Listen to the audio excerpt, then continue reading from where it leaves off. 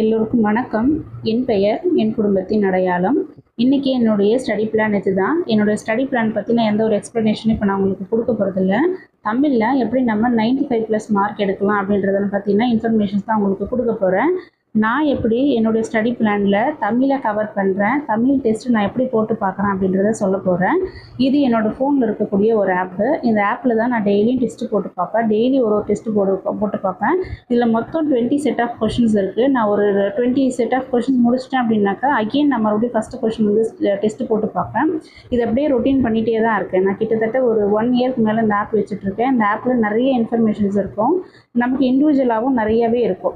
இப்போ ஒரு கம்பராமாயணம் பற்றி இருக்குது அப்படின்னாக்கா கம்பராமாயணமில் என்னென்ன கொஷின்ஸ் எல்லாம் வந்து பாசிபிளாக இருக்கோ அந்த கொஷின்ஸ் எல்லாமே இதில் இருக்கும்.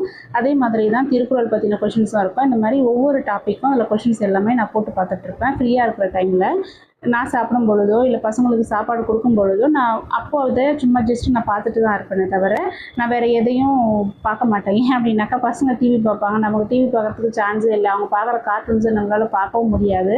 ஸோ அந்த டைமில் என்ன பண்ணுறது அப்படின்றதுக்காக தான் நான் அந்த டெஸ்ட்டு சும்மா போட்டு பார்த்துக்கிட்டு இருப்பேன். போட்டு பார்ப்பேன். இந்த டெஸ்ட்டு நான் டெய்லியுமே போட்டு பார்ப்பேன்.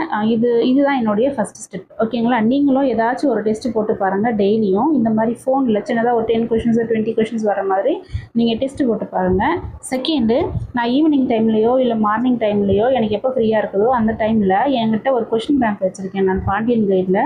அதில் 6th to 12th old book new book ரெண்டுமே இருக்கும். அதில் நான் கொஷின்ஸை டெஸ்ட்டு போட்டு பார்ப்பேன். இன்றைக்கி நான் 7th ஸ்டாண்டர்டில் 2 டெஸ்ட்டு போட்டு பார்க்கலாம் அப்படின்ட்டு இருக்கேன். 2 டெஸ்ட் அப்படின்னாக்கா 200 கொஷின்ஸ் நமக்கு வர மாதிரி இருக்கும். அந்த 200 கொஷின்ஸை நான் டெஸ்ட்டு போட்டு பார்க்கலாம் அப்படின்ட்டு இருக்கேன். தெரியல எந்த அளவுக்கு நான் டெஸ்ட்டு போடுவேன் அப்படின்னு சொல்லிட்டு. தேர்டாக நான் ஸ்கூல் புக்கை படிப்பேன். ஓகேங்களா? ஸ்கூல் புக்கை படிச்சுட்டு அதோடைய புக் பேக் கொஷின்ஸில் என்ன இருக்குது அப்படின்றத பார்ப்பேன். இயல் வைஸாக நமக்கு என்னென்ன கொஷின்ஸ் எல்லாம் இம்பார்ட்டன்ஸாக இருக்குது அப்படின்னு சொல்லிட்டு நான் சொன்ன ஆப்பில் இருக்கும். ஸோ அந்த ஆப்லேயும் நான் டெஸ்ட்டு போட்டு பார்ப்பேன். இது வந்து என்னோட தேர்டு. நீங்களும் ஏதாச்சும் ஒரு இந்த மாதிரி ஏதாச்சும் ஒரு கைடு வாங்க முடியல அப்படின்னாக்கா நீங்கள் அட்லீஸ்ட் ஒரு கொஷின் நமக்கு புக் பேக்கில் இருக்கும் இல்லையா, அந்த கொஷினாச்சும் நீங்கள் டெய்லி ப்ராக்டிஸ் பண்ணுங்கள். ஓல்டு இயர் கொஷின் பேப்பர்ஸு நீங்கள் பார்க்குறதுக்கு உங்களுக்கு ரொம்பவே யூஸ்ஃபுல்லாக இருக்கும். நான் டெய்லி OMR ஷீட்டில் தான் ப்ராக்டிஸ் பண்ணுவேன். 10 கொஷினோ இல்லை 20 கொஷினோ இல்லை 100 கொஷினோ எதுவாக இருந்தாலும் நான் OMR ஷீட்டில் தான் ப்ராக்டிஸ் பண்ணுவேன். நீங்களும் OMR ஷீட்டில் ப்ராக்டிஸ் பண்ண ஆரம்பிச்சுக்கோங்க. நான் A to Z OMRல இருக்கிற எல்லாத்தையுமே ஷேட் பண்ணுவேன். ஓகேங்களா? ப்ரெசென்ட்லேருந்து நம்மளுடைய சிக்னேச்சர் வரைக்கும் எல்லாமே நான் வந்து ஷேட் பண்ண ஆரம்பிச்சிடுவேன். லாஸ்ட்டாக நான் பண்ணுறது என்ன அப்படின்னாக்கா லாஸ்ட் இயர் கொஷின்ஸில் என்னெல்லாம் கேட்டிருக்காங்க அப்படின்றத நான் அனலைஸ் பண்ணுவேன். ஒரு டாபிக் படிக்கிறேன் அப்படின்னாக்கா அந்த டாப்பிக்கில் என்னென்னலாம் இம்பார்ட்டன்ட் கொஷின்ஸாக லாஸ்ட் இயரில் கேட்டிருக்காங்க அப்படின்றத நம்ம அனலைஸ் பண்ண ஆரம்பிச்சிட்டாலே நம்ம ஓரளவுக்கு நமக்கு ஒரு தெளிவு வந்துடும். நீங்களும் அது மாதிரி ட்ரை பண்ணி பாருங்கள். இவ்வளோ ப்ராசஸ் முடிஞ்சதுக்கு அப்புறம் தான் என்னோடய மார்க்கு 198. 200க்கு என்னால் 198 எடுக்க முடியுது அப்படின்னாக்கா உங்களாலையும் கண்டிப்பாக எடுக்க முடியும்.